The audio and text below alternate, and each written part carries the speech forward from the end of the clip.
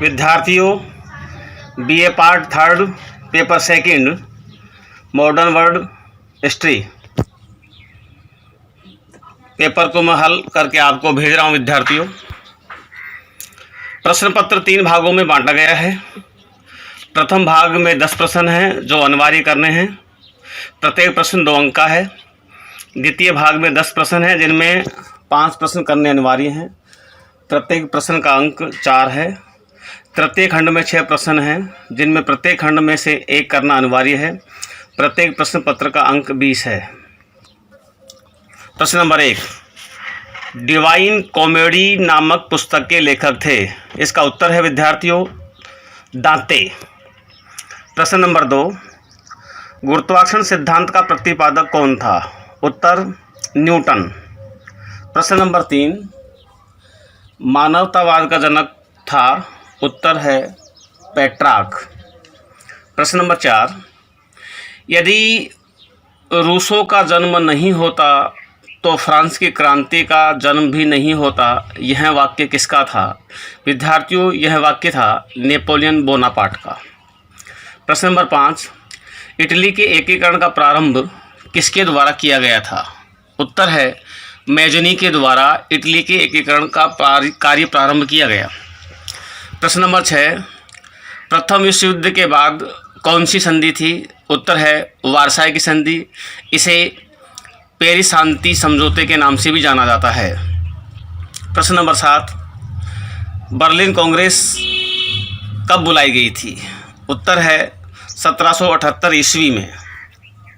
प्रश्न नंबर 8, यह शांति न होकर 20 वर्षों के लिए की गई युद्ध विराम संधि है। वाक्य था विद्यार्थियों, यह वाक्य था मार्शल फोच का। प्रश्न नंबर 9, फ्यूहर किसको कहा जाता था। जापान में जो सामंत होते थे उनको फ्यूहर कहा जाता था। प्रश्न नंबर 10, संयुक्त राष्ट्र संघ का मुख्यालय कहाँ स्थित है। उत्तर है न्यूयॉर्क। द्वितीय खंड का पहला प्रश्न है, सबसे पहले इटली में पुनर्जागरण का उदय क्यों हुआ। उत्तर है यूरोप की व्यापारियों का सहयोग होना, इटली में साहित्यकारों को संरक्षण प्रदान करना, इटली में कैथोलिक धर्म का होना, इटली में सामंतवाद का अंत होना। प्रश्न नंबर 2, स्टाम्प एक्ट क्या था। 1765 ईस्वी में ग्रेनविल ने सुप्रसिद्ध स्टाम्प एक्ट पास करवा दिया था। इस कानून के द्वारा समाचार पत्रों, कड़ी आलोचना वाली पत्र पत्रिकाओं, पुस्तकालयों, लाइसेंस, कानूनी दस्तावेज आदि पर रसीदी टिकट अर्थात स्टाम्प लगाना आवश्यक किया गया। इस एक्ट के कारण अमेरिका में रहने वाले नागरिकों का अप्रत्यक्ष रूप से आर्थिक शोषण होना प्रारंभ हो गया था। प्रश्न नंबर 3, महाद्वीपीय प्रणाली से आप क्या समझते हैं। यह योजना नेपोलियन बोनापार्ट द्वारा की गई थी। नेपोलियन ने यूरोप के लगभग सभी देशों को जीत लिया था, परंतु इंग्लैंड को परास्त नहीं कर पाया। विश्व के इतिहास में इंग्लैंड को व्यापारियों का देश कहा जाता है, इसलिए नेपोलियन ने समस्त यूरोप के देशों को इंग्लैंड के साथ व्यापार करने के लिए मना कर दिया था। यह आदेश जर्मन की रियासत बर्लिन से जारी किया गया, इसलिए इस आदेश को बर्लिन आदेश भी कहा जाता है। प्रश्न नंबर 4, लाल कमीज दल से क्या अभिप्राय है। लाल कुर्ती अथवा कमीज दल का संगठन मेजनी के द्वारा किया गया था। इटली के एकीकरण का प्रारंभ मेजनी के द्वारा प्रारंभ हुआ। लाल कुर्ती दल, जिसे यंग इटली भी कहा जाता था, इस दल के वे सभी इटली के नागरिक सदस्य बन सकते थे जो इटली का एकीकरण चाहते थे तथा जिनकी आयु 40 वर्ष से कम हो। प्रश्न नंबर 5, क्रीमिया युद्ध कब और किसके बीच हुआ। क्रीमिया युद्ध 1854 में हुआ। यह युद्ध फ्रांस और मित्र राष्ट्रों के बीच हुआ। प्रश्न नंबर 6, राष्ट्रसंघ की असफलता के 2 कारण। नंबर 1, राष्ट्रसंघ की आंतरिक कमजोरियां। दूसरा, राष्ट्रसंघ की संवैधानिक निर्बलता। प्रश्न नंबर 8, विश्व युद्ध के 2 कारण लिखिए। विश्व का 2 गुटों में विभाजित होना, विश्व में शस्त्रीकरण की होड़ होना। प्रश्न नंबर 9, 1917 की रूसी क्रांति के समय वहाँ का सम्राट कौन था और उसके वंश का नाम क्या था? 1917 की रूस की क्रांति के समय रूस का सम्राट अथवा जार निकोलस द्वितीय था, जिसके वंश का नाम रोमानोव था।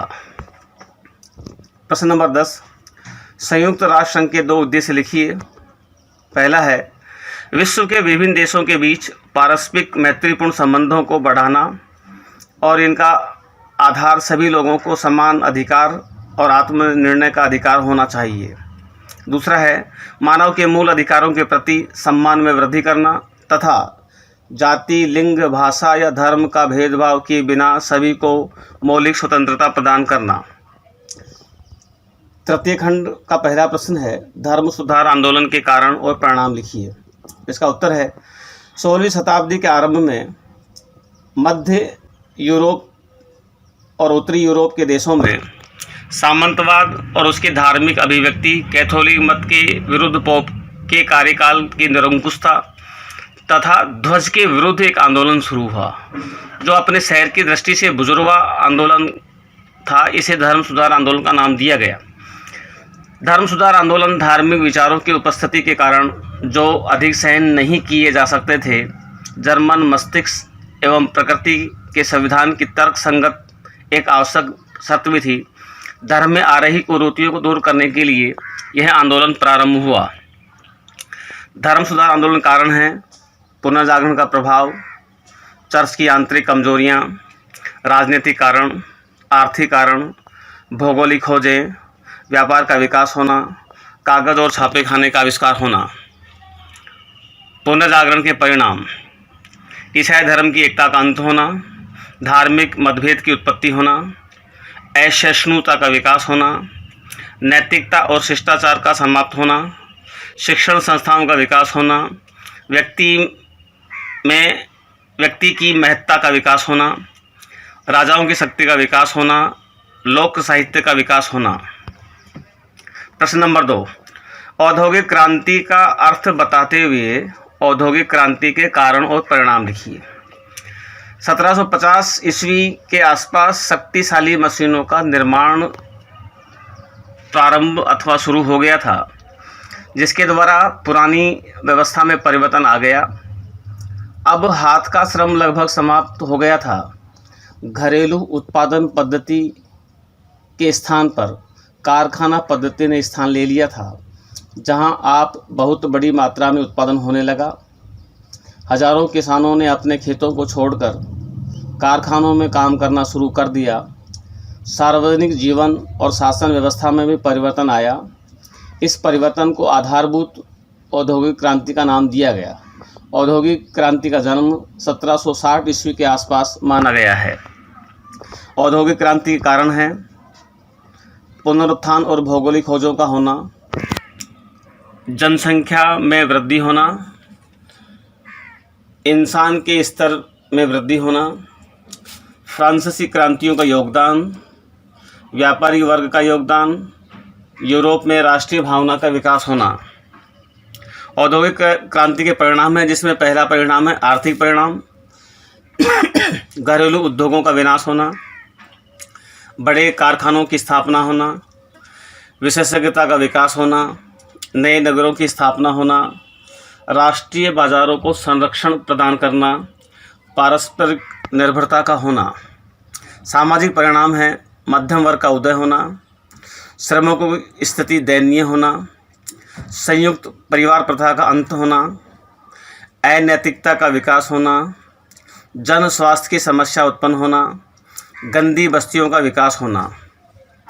राजनीतिक परिणाम है राजनीतिक सुदृढ़ता का होना, औपनिवेशिक प्रतिस्पर्धा का होना, विदेशी नीतियों में राष्ट्रीय भावना का विकास होना, मध्यम वर्ग का राजनीति में उत्कर्ष, समीक्षा रंगों का प्रारंभ होना, यूरोप में समाजवाद का जन्म होना। प्रश्न नंबर 3, जर्मन के एकीकरण में बिस्मार्क के योगदान पर लेख लिखिए। उत्तर है विद्यार्थियों, 18वीं शताब्दी के अंत में जर्मन 300 से अधिक छोटी और बड़ी रियासतों में बटा हुआ था। नेपोलियन ने जर्मन को शक्ति नष्ट करना चाहा, किंतु अप्रत्यक्ष रूप से उसी ने जर्मनी की एकीकरण की पृष्ठभूमि तैयार की थी। नेपोलियन बोनापार्ट ने जर्मनी को 300 से अधिक स्वतंत्र स्थानों के आधार पर 39 राज्यों का एक संघ बनाया, जिसके कारण जर्मन की राष्ट्रीय एकता का मार्ग प्रशस्त किया गया, जिसके परिणाम स्वरूप जर्मन में एकता की भावना उत्पन्न हुई। वस्तुतः नेपोलियन के कार्य के द्वारा जर्मन के राज्य में स्वतंत्रता की भावना का विकास हुआ। बिस्मार्क की लौह रक्त नीति। बिस्मार्क शक्ति के आधार पर प्रसा का नेतृत्व करते हुए जर्मनी का एकीकरण चाहता था। चांसलर बनने के बाद एकमात्र लक्ष्य ऑस्ट्रिया को पराजित कर जर्मन के एकीकरण के मार्ग को सफल बनाना था। इसलिए उसने प्रसा की शक्ति को सैन्य शक्ति के पुनर्गठन का कार्य जारी रखा।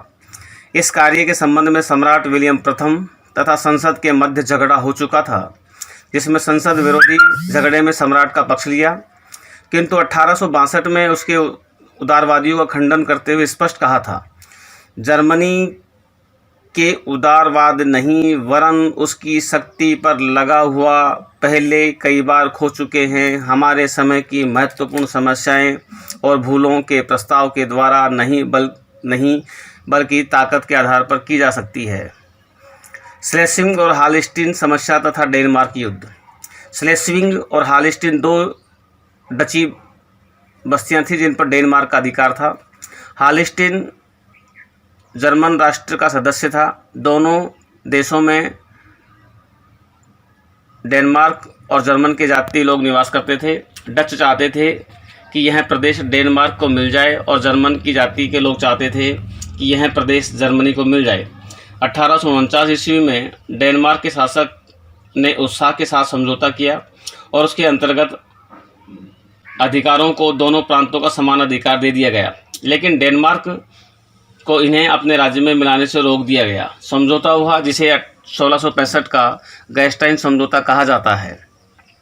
गैस्टाइन समझौते की निम्न शर्तें थी। प्रसा को कील की नहर पर नियंत्रण प्राप्त हो गया। डची और स्लेस्विंग संवर्ग पर प्रसा का अधिकार हो गया।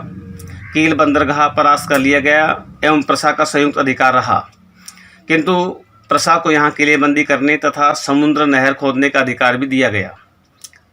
ऑस्ट्रिया से युद्ध 16 जून 1866 से 3 जुलाई 1866 तक रहा।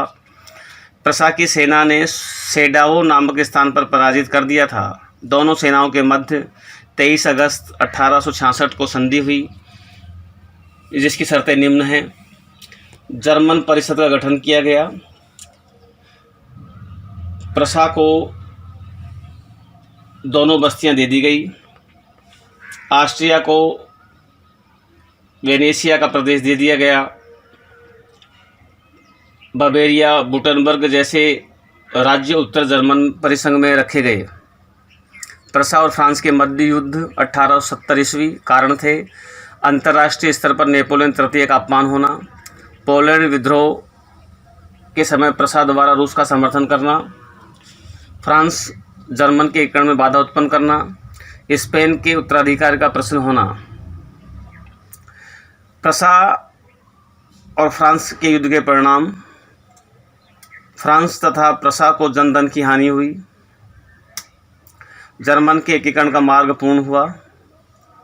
फ्रांस में राजतंत्र का सदा के लिए अंत हो गया। यूरोप के मानचित्र पर दो नवीन शक्तियां राष्ट्र जर्मन तथा इटली का उदय हुआ। कूटनीति का केंद्र पेरिस तथा लंदन से हटकर बर्लिन आ गया, जिसके कारण विश्व आर्थिक प्रसिद्ध हुई। प्रसा के सेना के बाद देखकर अन्य देशों ने भी सैनिकों को बढ़ाने के लिए अस्त्र शस्त्र की प्रतिस्पर्धा उत्पन्न हुई। प्रश्न नंबर 5, द्वितीय विश्व युद्ध के कारण और परिणाम लिखिए। कारण है वारसाई की अपमानजनक संधि, तानाशाहों का उदय, अल्पसंख्यक जातियों में असंतोष व्याप्त होना, राष्ट्रों में आपसी स्वार्थ का होना, विश्व पुनः दो गुटों में विभाजित होना, राष्ट्र संघ की निर्बलता होना, निशस्त्रीकरण की असफलता। प्रथम विश्व युद्ध के कुछ परिणाम निम्न हैं। यूरोपीय प्रभुत्व का अंत होना, राष्ट्रीयता का नवजागरण उत्पन्न होना, दो शक्तिशाली गुटों का उत्कर्ष होना, विश्व युद्ध सिद्धांत में संघर्ष होना, शीत युद्ध का श्री गणेश होना, संयुक्त राष्ट्र संघ की स्थापना होना। प्रश्न नंबर 6, 1929-30 की आर्थिक मंदी के कारण और परिणाम लिखिए। तो विद्यार्थियों निम्न कारण हैं: महायुद्ध से उत्पन्न परिस्थितियाँ, युद्ध की क्षतिपूर्ति और ऋण की समस्या, कृषि एवं उद्योगों का यंत्रीकरण होना, उत्पादन की अधिकता और कृषि में गिरावट होना, सोने की कमी उत्पन्न होना, आर्थिक राष्ट्रवाद का विकास होना, वॉल स्ट्रीट संकट का उत्पन्न होना। आर्थिक मंदी के परिणाम हैं: आर्थिक राष्ट्रवाद का उदय होना, राष्ट्रसंघ को आघात पहुंचना, लोकतांत्रिक शासन व्यवस्था को अपनाना, अधिनायकवाद का उदय होना, राजकीय नियंत्रण में वृद्धि, युद्ध सामग्री के उत्पादन में वृद्धि होना, साम्यवाद का प्रसार होना, तुष्टीकरण की नीति का विकास होना।